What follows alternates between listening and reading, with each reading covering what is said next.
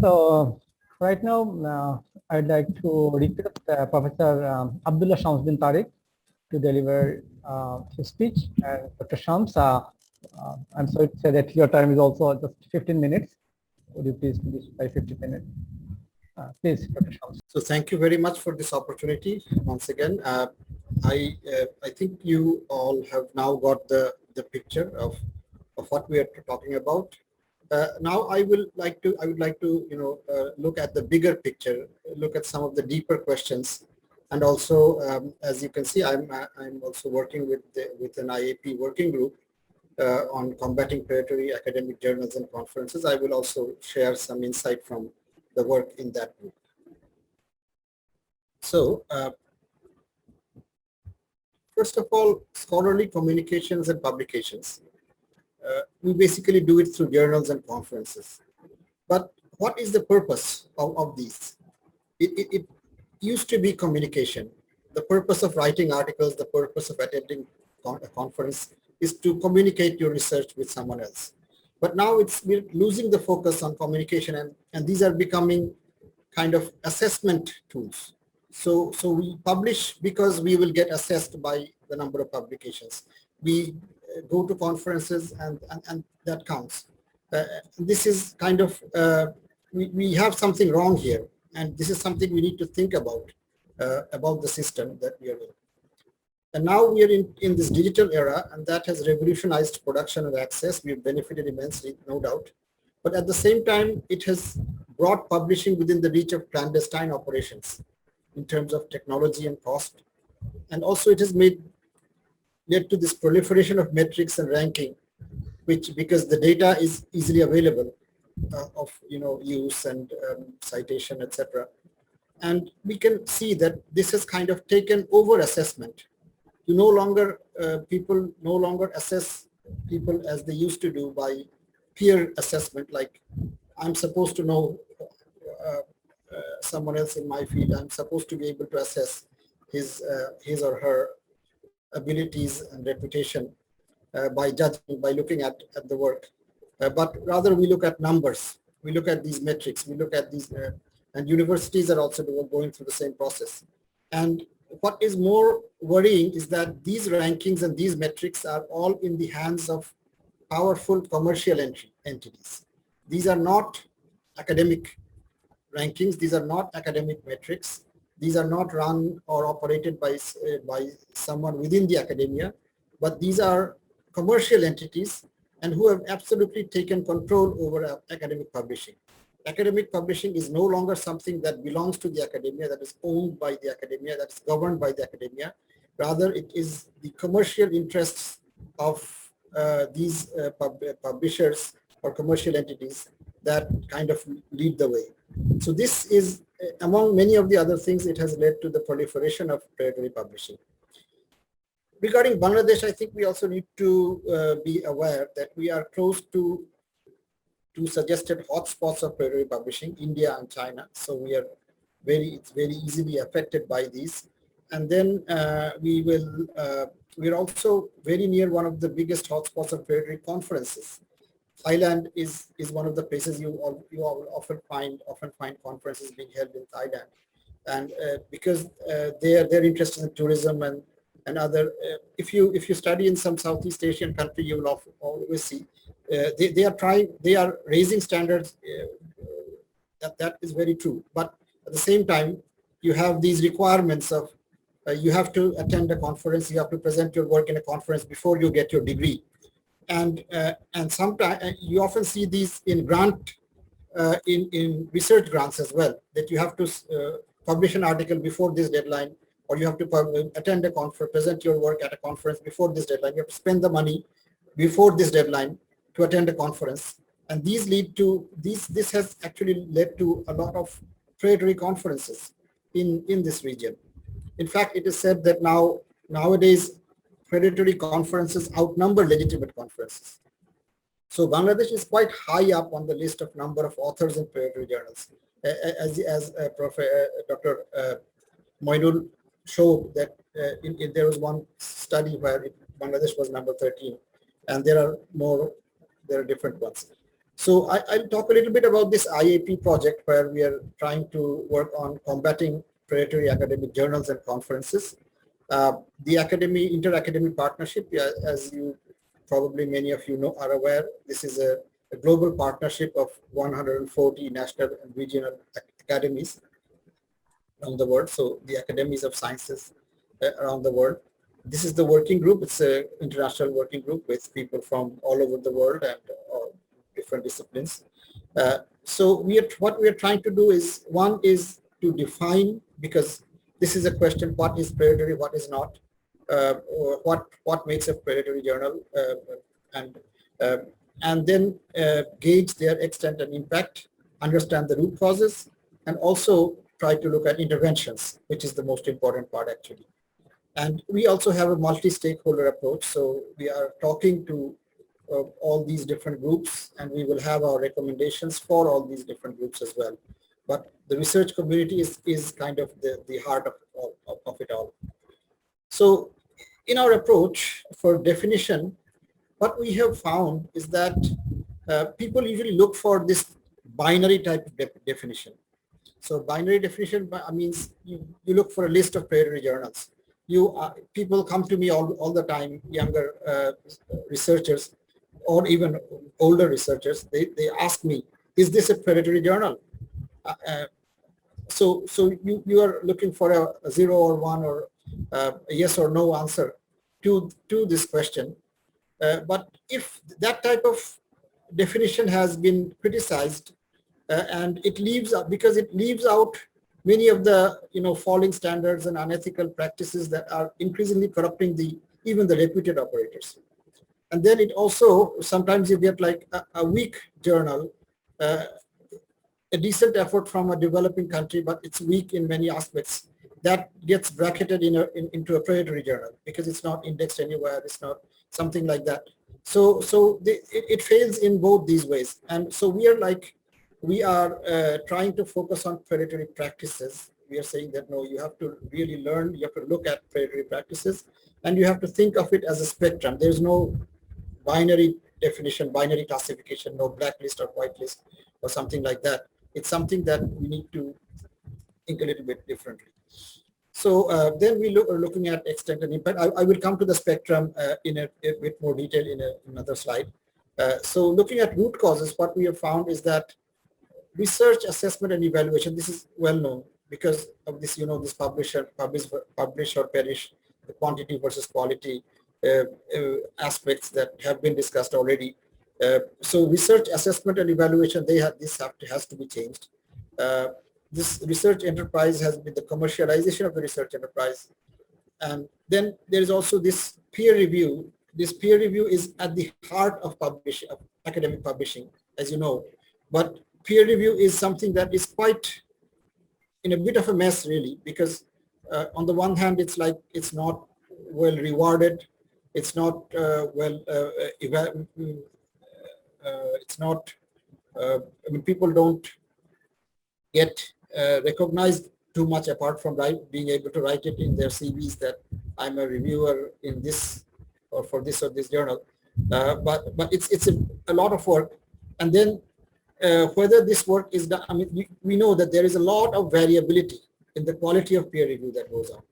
So there are these ideas of open, transparent peer review, which are actually catching up quite well, and this may help. And then I would also like to mention, I put this in a bracket because this is something on which not everyone agrees, even within our working group. But it is that, we all know about this proliferation of open access. Since open access has arrived, open access, the majority of open access is being done through this author pays model, where it's like the author pays the open access charges, or they say that it's the author's institution or the author's research grant that pays the funders who pay it, but it's the author who pays it anyway. That is, in my view, that is the trigger for predatory publishing, because that has, now the journals don't need to sell anymore. They only need to find authors who intend to publish. And that is the root of many other evils. And I think this will be discussed in some other ways as well. In the future, you will see discussions on this. So then we are also trying to make some recommendations. Here is a look at just, this is a very preliminary thing. I mean, it's like, because people think that predatory journals are something only for developing countries. It's something that is not a global issue. It's not a, it's an issue that only affects some naive young scientists. It's not like that. This is just a very preliminary study. It was taking a subset of predatory publishers, crawling their websites. Uh, one can find that the authors come from all over the world. You can see Europe is all over. There are the spots all over Europe. There are not too many places over America in this sample, but there are other samples we've looked at where there are like dots all over the place. So this is not like a problem only for developing countries, or only for, though it's much more it's much more serious in developing countries, but it's not a problem that's isolated. We had a major survey where we had 1,800 and over 1,800 respondents from all over the world. It was a survey that was translated into 6 languages, 7 languages, translated into 6, so 7 languages in total. So it really, we tried to reach as far as we can, and the results are in the process. So late this year we will get. But let me share some of the key ideas. So 80% of the respondents in Asia Pacific, Central Asia, and South Asia think that that predatory practices are a problem in their region. So it's more than 70% everywhere in the world. So Europe, North America, it's like 70% people think it's a problem. And the highest perception or concern is in South Asia. So we are really in a hotspot of predatory publishing. Here, people really think predatory publishing is a problem. We are publishing in the wrong places. And it's also that 70 to 85% of the respondents at every academic stage believe that it is an issue. In fact, not this question, but we have other data that suggests that it's not only young early career researchers who are affected by predatory publishing, but seniors are also participating. This is not from this data. We have tried to look at career stage, gender, discipline, things like that. There doesn't seem to be much of a difference. All disciplines are affected. Both genders are affected. Different career stages are affected. But it is true that in the developing world, it is this issue is much more serious. So lower middle income, upper middle income, we don't have much data on lower income, but these countries, it is much more prevalent.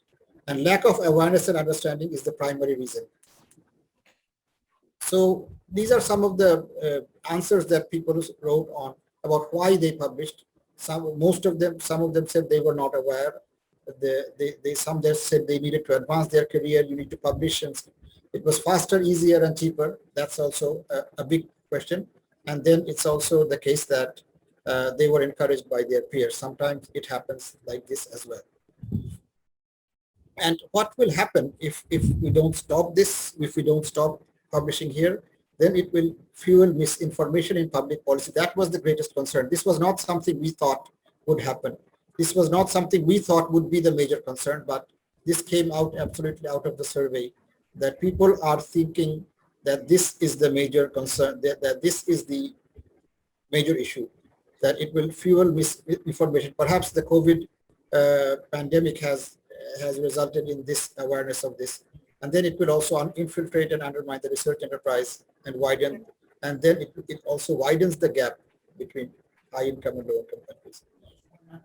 So now, let me just look at this. This is the spectrum I was talking about. This is the spectrum. So it's not like you can't have predatory and non-predatory journals. It's a whole spectrum.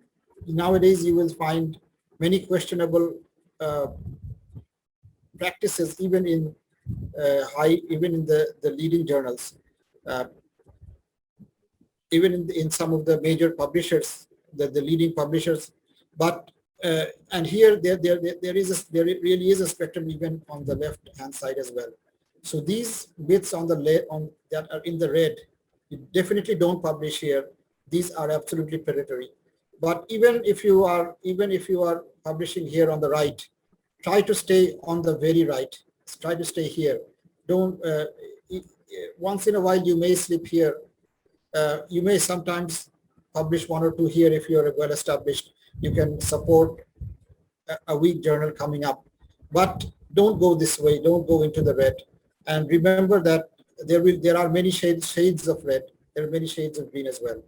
So this is something that we have.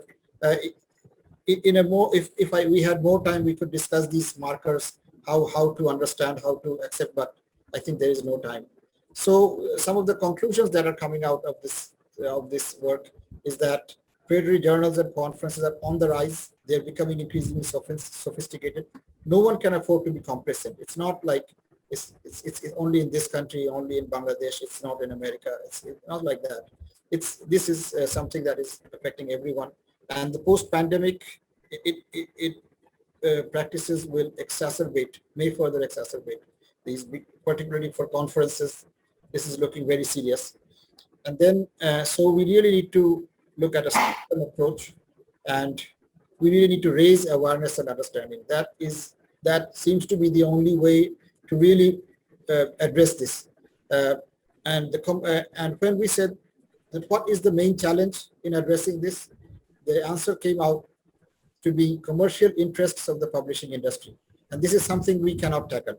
We are not, the academia is not in a position to tackle this. So we have to live with it, and we have to try to survive, and we have to try to, so to eliminate the root causes. So in the short run, we can only raise awareness and understanding. But in the long run, we need to address root causes. And there, what we are appealing is that revise conditions for recruitment and career progression. Regain ownership over academic publishing. Academic publishing, we cannot let go of this. We have to, I mean, the academia has to regain this ownership. Promote alternative models of open access, and then, and there already are, actually open access does not have to be author-based. There are existing whole ecosystems, like if you look at Latin America, the academic publishing is fully not-for-profit. It's all open access. It's not, authors don't pay either. There is a vibrant, thousands of journals are published in the Ibero-American,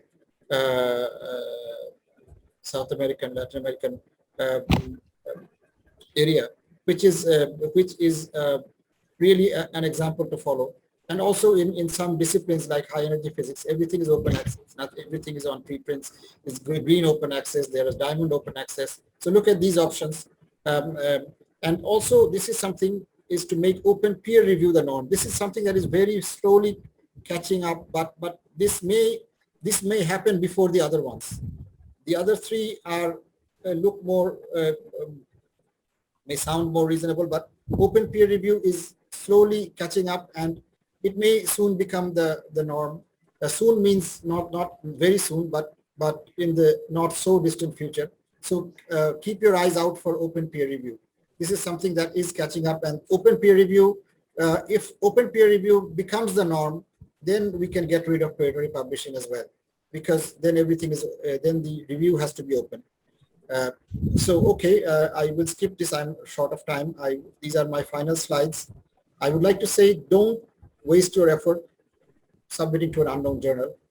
You made as Dr. Moinul said, it will result in further disrepute in the future. Only submit to reputed journals or those published in recognized institutions, published by recognized institutions, or conferences organized by recognized institutions. You need to know keep the spectrum in mind, and eventually every one of us needs to know the landscape of academic publishing in my own discipline. We need to know this. Which are the reputed ones, which type journals publish what type of articles, and which conference is good for what. And also we need to keep aware of the novel trends in academic publishing. About metrics, oh, so I'm sorry, I have these animations in the wrong order. Anyway, so don't consider metrics alone. They are helpful in providing a quantitative measure, but we need to know what it is measuring. It is a common mistake to pay over much emphasis on metrics like impact factors and rankings. Many problems with the naive use of metrics. So learn where to use metrics and where not to. There are areas where we are not supposed to use metrics, but we are using.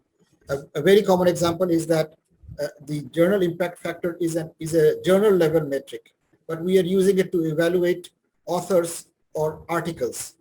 We are putting a number against an article because it's published in a journal with that impact factor. But it's not an article level metric. It's a journal level metric. So things like this. And most importantly, a cultural change is required to appreciate excellence beyond metrics. So the academic landscape is evolving. There is no one-stop solution. You probably came to attend this event to find a one-stop solution where not to publish. But what we are saying is that we have to, in the end, learn how to sense when there is something fishy. All these sites like Think, Check, Submit will actually teach you how to sense when there is something fishy. Otherwise, even major publishers, reputed publishers, have some of these practices. You saw these journal prescribers. These tend to guide you to one of their journals, and even there is something predatory in this. You have a weak article, they will not publish it in a reputed in their leading journals, but they will still publish it in something else and try to make the money there. So so generally aim only to publish with reputable operators. Keep this spectrum in mind and aim here. Aim only to the absolute right end of the spectrum, not anywhere else. This is where you should aim, and this is where Bangladeshi scientists can aim. They can afford to aim. We are good enough for this. So thank you very much for your attention.